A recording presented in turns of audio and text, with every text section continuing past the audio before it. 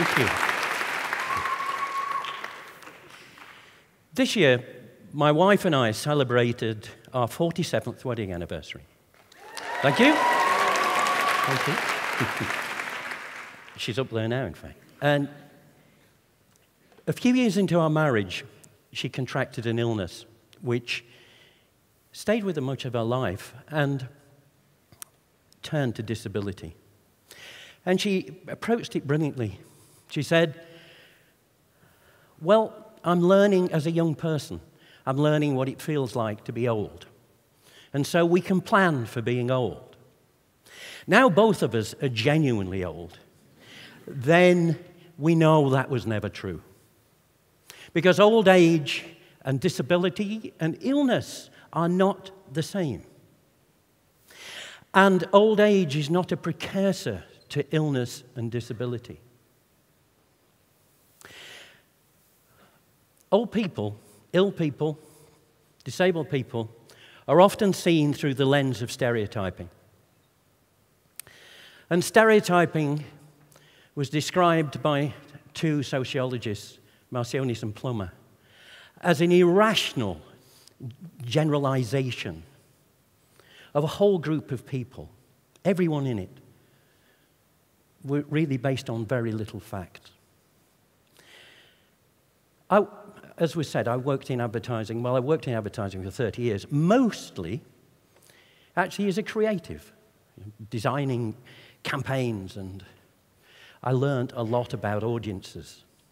And I began to respect audiences and respect we humans for how complex we are and how interesting we are. And stereotyping us gets nowhere near that. We were not born to stereotype. We were born to connect. And I built a real dislike of stereotyping. And it's divisive. And this morning we're going to talk about generational stereotyping, how divisive that is, and the problems it can cause. And then actually look at how we can replace it and what we can replace it with. So the kind of generational stereotyping I'm thinking about are names you've heard a lot. Baby boomers, millennials, which used to be called Generation Y, Generation X, Generation Z, and seniors. And these are not based on facts. They suppose that a whole generation has the same values. It's based on that thinking, that a whole generation shares the same values. I know it's based on that thinking because I worked in advertising as these things were developed. And they don't work. Because each generation is so complex and so full of different characteristics. It's all of you. You're all different to each other. Even looking at you now, you're just all so different to each other. To say that a generation shares the same values as each other is insane. How do we get to even think that was true? So I'm going to actually look at some photographs here of people in those generations. First of all, these two baby boomers are supposed to share the same values. Now, Princess Anne doesn't think I obviously share the same values as her, but you can see with the look on her face. And so let's have a look at another baby boomer. On the right is Charlie Watts. Rolling Stones often call the baby boomer band, and I'm supposed to share the same values as Charlie Watts. In fact, I do, many of them. Charlie Watts, as well as playing for the Rolling Stones, also plays jazz, and he values the improvisation of Charlie Parker, and so do I. He went to study graphic design at art school, and so did I, and we both value design and drawing. So maybe there are some values that we as generations share within a generation. But no, because Charlie Watts isn't a baby boomer. He's presumed to be. He's not. He's too old. He was born in the Second World War, as many of the Rolling Stones were. So he and I share values, but we're not part of a baby boomer generation. I am. He's not. So let's look now at two millennials. Mark Zuckerberg of Facebook, and Stephen Hall, actually is one of my ex-students. He's a wonderful calligrapher. And he really values hand-drawn lettering and the beauty of drawn letters, and the elegance of them. Now, they both got fantastic values, but honestly, I don't think they're the same values. So let's have a look at Generation X. I'm not going to say anything. I'm just going to leave it up to you. Okay.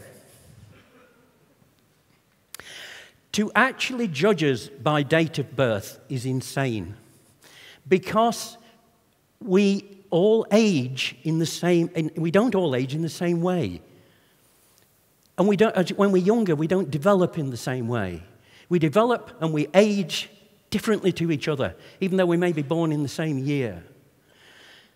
Psychological age and biological age are more important. The psychological age of someone in their 30s could be at so advanced, they're as wise as you would expect somebody in their 50s or 60s, and the other way around. And also, someone's biological age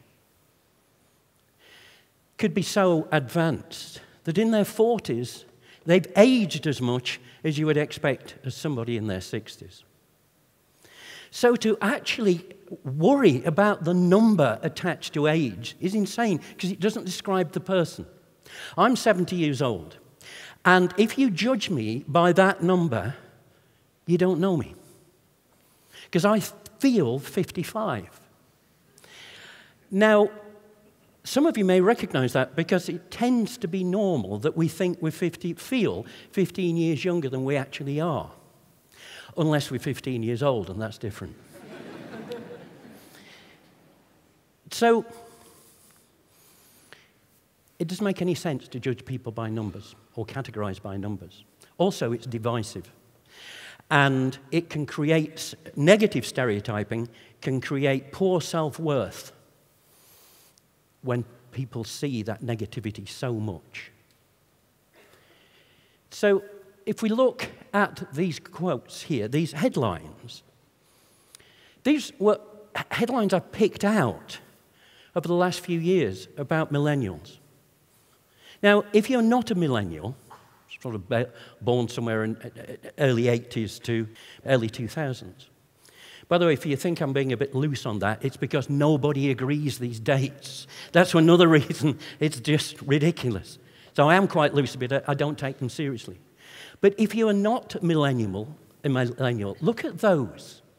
How would you feel if you'd been looking at media telling you that?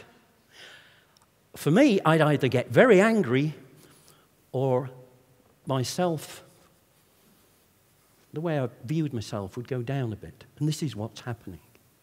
Now, I haven't got time to look at every generation this morning. But if we just look at baby boomers, and where we are with baby boomers, we are being attacked quite a lot at the moment. David Willits, a cabinet minister, wrote a book. And the main title of that book was How Baby Boomers Stole Their Children's Future. Now, when you look inside the book, it's much more reasoned than that. But the publicity for the book, when he was on programs like Newsnight and things like that, that's the only thing they were concerned about, that statement. Now, I'm a father. And also, I was just finishing the PhD in looking at generational stereotypes and values. And when he did that, I realized because he was a government minister, it gave credibility to that idea. And it's been very, very difficult to argue oppositely. So that now, it's worse than that. Because in the UK, old people, not just baby boomers, but all old people, are being held responsible for the UK voting out of the EU. Now, forget which side you voted for. That whole idea that older people are responsible is based on very dodgy data. And recently, in fact in September, research from academics at the University of Warwick, linked with a few European universities, have found that not to be true. That actually, when the age 20 to 25 were disproportionately pro-Remain. But 35, 45, 55, 65, 75, it's touch and go. But that doesn't matter now, in a way, because the media have put out there, it's the old people who did it. Now, all I'm saying this for is just to show you how divisive age stereotyping is, because it's not based on fact. Okay. So, how do we stop this? Because I don't want to go on making you depressed, but how do we stop this? Well, when I was 51, I changed career. I went out of advertising because I was so fed up with this growing misunderstanding of individuals through age generalizations, that age stereotyping, that I moved into academia. And for the last 17 years, I taught at Birmingham City University in the UK and in Hong Kong and Singapore. And I worked out that recently that I taught about 4,000 students, aged between early 20s to mid-60s, from all sorts of cultures. I also researched what I'm talking about today. I also researched what I'm talking about. I got up very early this morning, by the way. I'm researching what I'm talking about today. And I came to these conclusions. One is that, yes, we were not born to stereotype. We were born to connect. So it's based on that. But I found that although the argument for a generation holding values in that generation is a bit dodgy, values go across generations. And if we recognize that somebody 20 years older or 20 years younger or 30 years older or 30 years younger shares the same values as us, we trust them.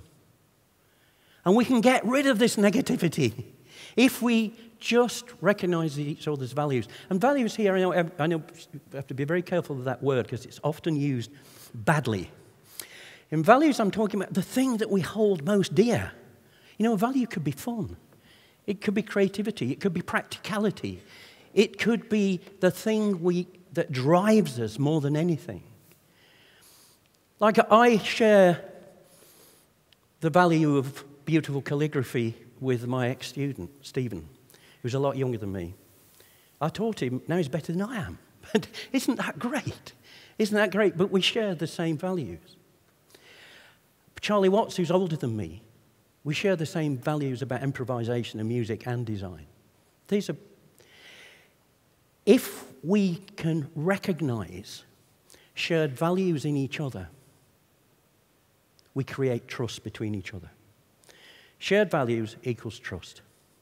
And how you find out someone's value, I got the PhD, by the way, for a value categorizing system I designed. Actually, it's just based on listening. We recognize values in each other by just listening. And not having a number of age in our head, but just listen to them. And then trust is developed.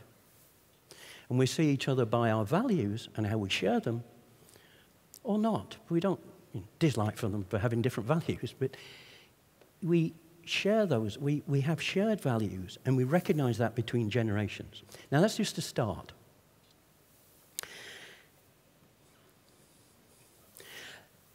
There's a huge untapped resource for problem solving, which is generations together.